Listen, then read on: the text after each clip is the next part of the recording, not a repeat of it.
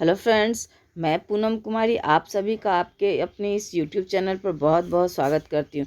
दोस्तों, हम लोग पॉलिटी की सीरीज़ में अभी राज्य के नीति निर्देशक तत्व या राज्य के नीति निर्देशक सिद्धांत के बारे में पढ़ रहे हैं और इसका पार्ट 1 जो है यानी 25 प्रश्नों का सेट पहले ही अपलोड किया जा चुका है। तो जिन दोस्तों ने इसका पार्ट 1 नहीं देखा है तो वो प्लेलिस्ट में जा कर के इसका पार्ट 1 पहले ज़रूर देख ले। तो आइए पार्ट 2 के इस पहले प्रश्न की हम लोग बढ़ते हैं। तो पहला प्रश्न है दोस्तों कि राज्य के नीति निर्देशक तत्व में क्या शामिल है जो मूल अधिकार में नहीं है।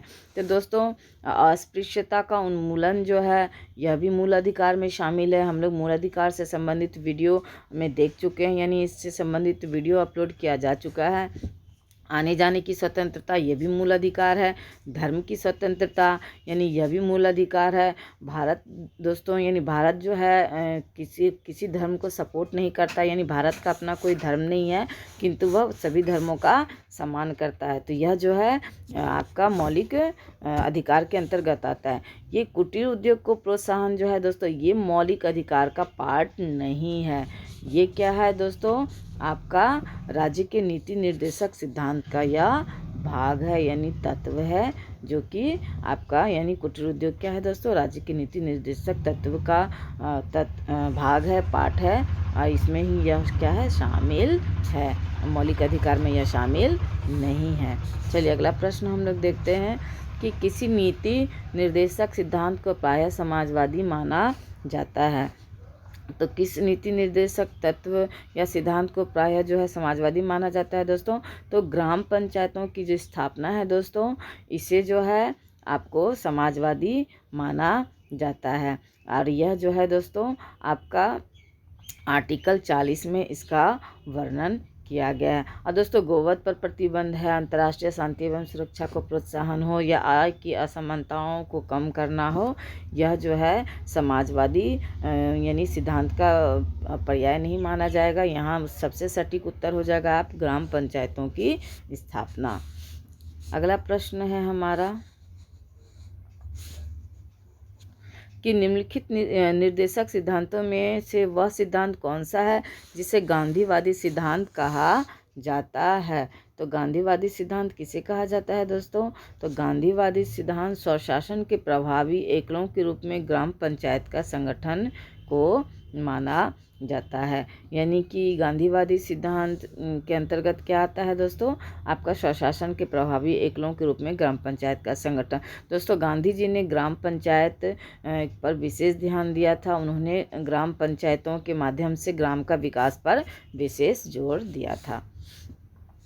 अगला प्रश्न है हमारा कि नीति निर्देशक तत्व का महत्व किसके लिए है। तो नीति निर्देशक तत्व का महत्व किसके लिए है दोस्तों, तो राज्य के नीति निर्देशक तत्व का महत्व जो है किसके लिए है, तो राज्य के लिए है।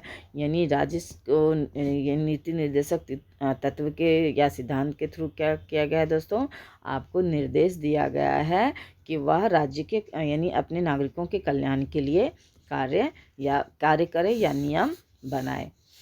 अगला प्रश्न है हमारा कि भारत के किस राज्य में समान नागरिक संहिता लागू है।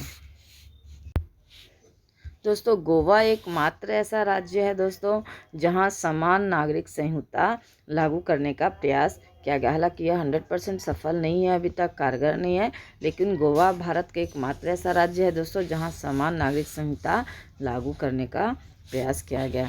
अगला प्रश्न है हमारा कि राज्य के नीति निर्देशक सिद्धांतों के अनुसार किस आयु तक के बच्चों को निःशुल्क एवं अनिवार्य शिक्षा देने की आशा की गई है। तो दोस्तों, 14 वर्ष तक के बच्चों को जो है मुफ्त और जो है अनिवार्य शिक्षा देने का प्रावधान जो कहाँ की गई है दोस्तों, हमारे संविधान में किया गया है। और यह जो है मौलिक अधिकार में भी शामिल है दोस्तों और राज्य की नीति निर्देशक तत्व में भी शामिल है।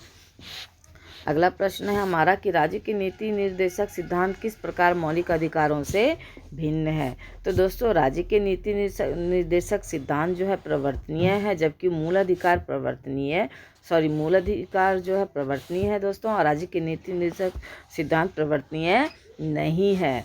इसका अर्थ होता है दोस्तों कि आप जो है, अगर आपकी मौलिक अधिकारों का हनन सरकार चाहे कोई भी संगठन करती है, तो आप उसके लिए क्या कर सकते हैं दोस्तों, न्यायालय, चाहे सुप्रीम कोर्ट हो चाहे आप हाई कोर्ट हो, तो आप यहाँ न्यायालय की शरण में जा सकते हैं। और न्यायालय जो है आपके मौलिक अधिकारों का क्या करेगी दोस्तों, संरक्षण करेगी। किंतु राज्य के नीति निर्देशक तत्व या सिद्धांत जो है राज्य की जिम्मेदारी है, और अगर राज्य यह जिम्मेदारी नहीं निभाती है दोस्तों, तो इसके लिए जो आप न्यायालय का दरवाज़ा खटखटा नहीं सकते, न्यायालय की शरण में आप जा नहीं सकते। तो यही होता है इसका अर्थ कि राज्य के नीति निर्देशक सिद्धांत प्रवर्तनीय नहीं है, जबकि मूल अधिकार क्या है दोस्तों, प्रवर्तनीय है। चलिए अगला प्रश्न हम लोग देखते हैं कि भारतीय संविधान के कौन से संशोधन अधिनियम द्वारा टकराव की दशा में राज्य की नीति निर्देशक तत्वों को मूल अधिकारों पर वरीयता प्रदान की गई है। तो वरीयता किस पर प्रदान की गई है दोस्तों, आपका 42वां संविधान संशोधन के तहत, जो कि कब हुआ, 1976 में। इंदिरा जी का शासनकाल था और आपातकाल लगा था दोस्तों आपका 1975 में। उसके अगले साल ही जो 42वां संविधान संशोधन हुआ था, जिसे मिनी संविधान भी कहा जाता है। तो इसके तहत क्या हुआ था दोस्तों, आपका जो है, यानी कि अगर नीति निर्देशक तत्व और मौलिक अधिकार में टकराव की स्थिति हो, तो राज्य के नीति निर्देशक तत्वों को मौलिक अधिकारों पर वरीयता प्रदान की गई है।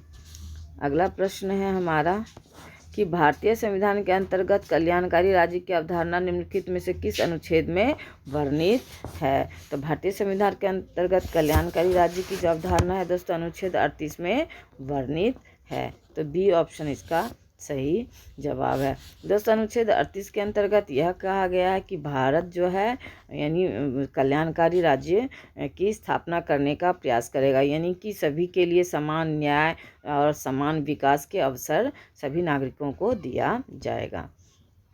अगला प्रश्न है हमारा कि समान न्याय और निःशुल्क विधि सहायता का प्रावधान संविधान के किस अनुच्छेद में है।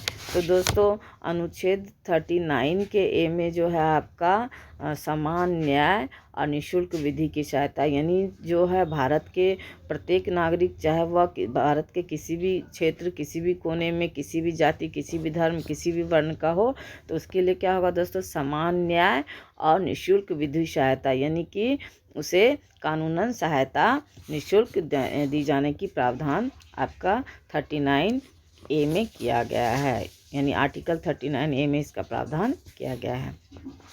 अगला प्रश्न है हमारा कि भारतीय संविधान के निम्नलिखित अनुच्छेदों में से कौन सा अनुच्छेद राज्य सरकारों को ग्राम पंचायतों को संगठित करने का निर्देश देता है। तो दोस्तों अनुच्छेद 40 जो है दोस्तों आपका राज्य सरकारों को ग्राम पंचायतों को संगठित करने का निर्देश देता है। दोस्तों ग्राम पंचायत जो है शासन की आपकी सबसे छोटी इकाई मानी जाती है, और इस शासन की छोटी इकाई के थ्रू जो है दोस्तों आपको हमारे भारत को, यानी भारत में ग्राम ग्राम तक जो है शासन के प्रभाव को पहुंचाने का प्रयास किया गया है, ताकि कि ग्रामों का भी विकास हो सके, यानी देश के अन्य क्षेत्रों की भांति।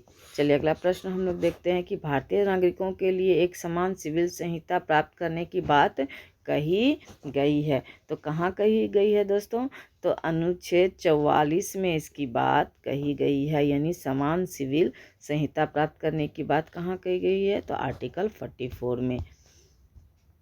अगला प्रश्न है हमारा कि संविधान के किस अनुच्छेद में न्यायपालिका का कार्यपालिका से पृथक्करण का उल्लेख किया गया है।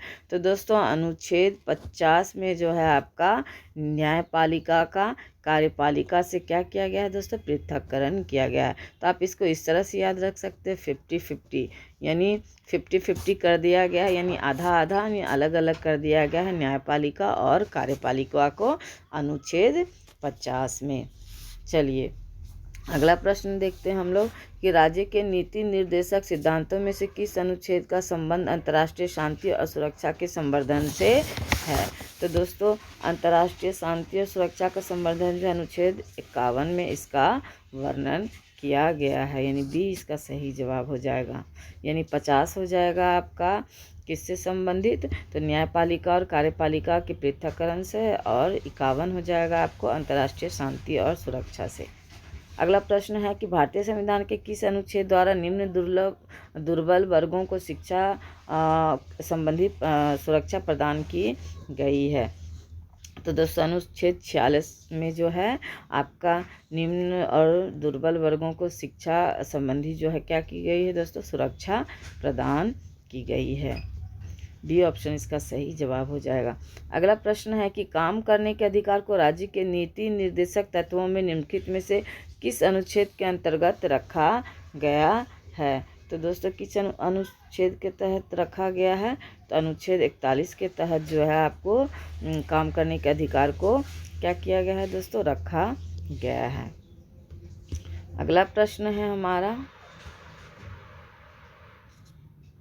कि इनमें से कौन राज्य के नीति निर्देशक सिद्धांतों में सम्मिलित नहीं है। तो कौन सम्मिलित नहीं है दोस्तों, तो आपका मद्य निषेध जो है राज्य की नीति निर्देशक सिद्धांत में शामिल है, काम का अधिकार भी शामिल है, समान कार्य हेतु समान वेतन भी शामिल है। सूचना का अधिकार जो है दोस्तों यह आपका राज्य के नीति निर्देशक सिद्धांत में शामिल नहीं है। तो डी ऑप्शन इसका सही जवाब हो जाएगा। अगला प्रश्न हमारा कि निम्नलिखित में से कौन सा एक संविधान के 42वें संशोधन द्वारा नीति निर्देशक तत्वों में नहीं जोड़ा गया, नहीं पूछा जा रहा है दोस्तों।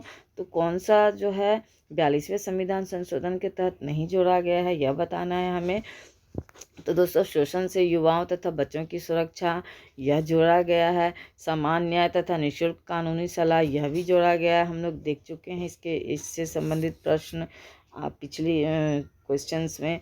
अगला है दोस्तों सभी नागरिकों के लिए समान आचार संहिता, तो ये आपका शामिल नहीं है दोस्तों राज्य के नीति निर्देशक तत्व के 42वें संशोधन के तहत।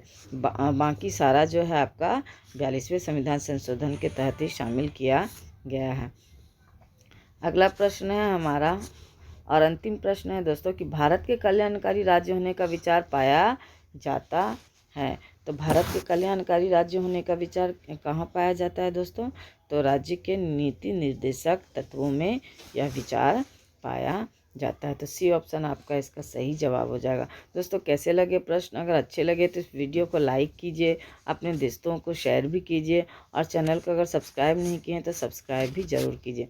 धन्यवाद दोस्तों।